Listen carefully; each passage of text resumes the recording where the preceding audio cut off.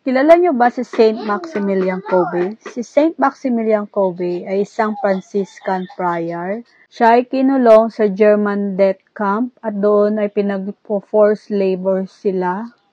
At sila ay hawak sila ng mga Nazis or mga German soldiers nung panahon na yun ng World War II. Doon sa forced labor, sila ay halos hindi kumakain at hindi umiinom ng tubig. Ganon din ay pinagtatrabaho sila simula sa umaga at maghapon na walang pahinga. So, ganun yung forced labor noon nung panahon ng Nazis or nung panahon ni Hitler. So, doon siya nakakulong. Nung time na yon, nagpakita sa kanya si Mama Mary na may hawak na 2 corona. Yun ay yung white crown at yung red crown. Yung white crown means ay mag-persevere siya or magsumikap siyang maging pure. And yung red crown naman is yung magiging martyr siya. So, pinapili siya ni Mama Mary kung ano dun sa 2 crown ang kukunin niya. So, ang sabi niya kay Mama Mary ay kukunin niya yung 2 crown. So, nung time na yon na nasa kulungan siya,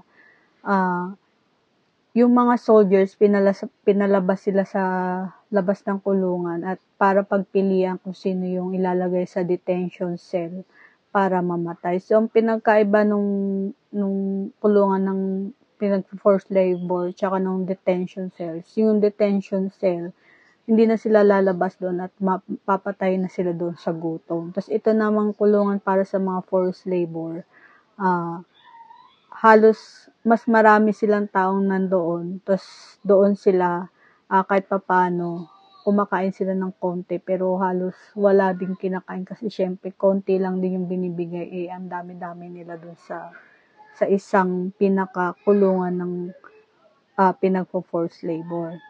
So, nung time na yun, pinalabas sila, pinagpipilian yung sino ilalagay sa detention cell. Napili yung isang lalaki na isang Jewish. At yung lalaking yun, umiyak siya kasi nag-expect siya na makakaalis pa siya doon at makakasama niya pa yung asawa at anak niya. Pero hindi na kasi siya ngayon napili na ilagay doon sa detention cell para mamatay sa gutom. So, noong time na yun, nakita yun ni Saint Maximilian Kolbe. Ang sabi niya doon sa mga sundalo, ako na lang ang kapalit niya, papalit sa kanya na papasok sa detention cell. Papalit niya, ako na lang. So, pumayag yung mga sundalo at hindi na yung lalaking yun na Jewish. At si Saint Maximilian Kolbe na nga yung inilagay doon sa kulungan. Habang nasa kulungan sila, karamihan na nanando doon ay mga Jewish, mga kasama niya sa kulungan. At ang paraan niya na para yung paghihirap niya ay hindi niya masyadong maramdaman o hindi niya masyadong, kahit pa paano mararamdaman pa rin talaga yung hirap, yung sakit, pero naiibsan sa pamamagitan ng pagdarasal ng rosary. So, tinuruan niya yung mga kasama niya doon sa loob ng detention cell na magrosaryo. So, habang nandoon sila, nagro-rosary lang sila ng nagro-rosary. Para kahit papano, hindi nila maramdaman yung gutom nila, yung sakit ng tiyan nila. Kasi yung nasa ibang detention cell, yung mga tao nandoon, halos kinakain na nila yung kapwa nila sa sobrang gutom. So, ganun katindi. So, hanggang sa isa-isa silang namatay sa gutom, si Saint Maximilian Kolbe na lang yung natira.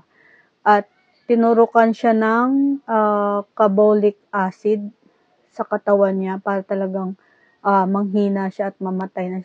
So, mahina na rin siya noon dahil nga gutom sila, wala silang kain, tapos ilang araw na silang nandun sa detention cell. Tapos tinurukan pa siya ng carbolic acid.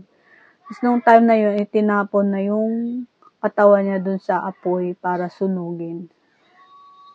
So, namatay siyang pure and martyr. So, parehong crown nakuha niya. Si Saint Maximilian Kolbe ay kilala din sa devotion niya kay Mama Mary through rosary, praying the rosary, at ganun din sa miraculous medal. So, isa ito sa mga part lang ng kwento about Saint Maximilian Kolbe.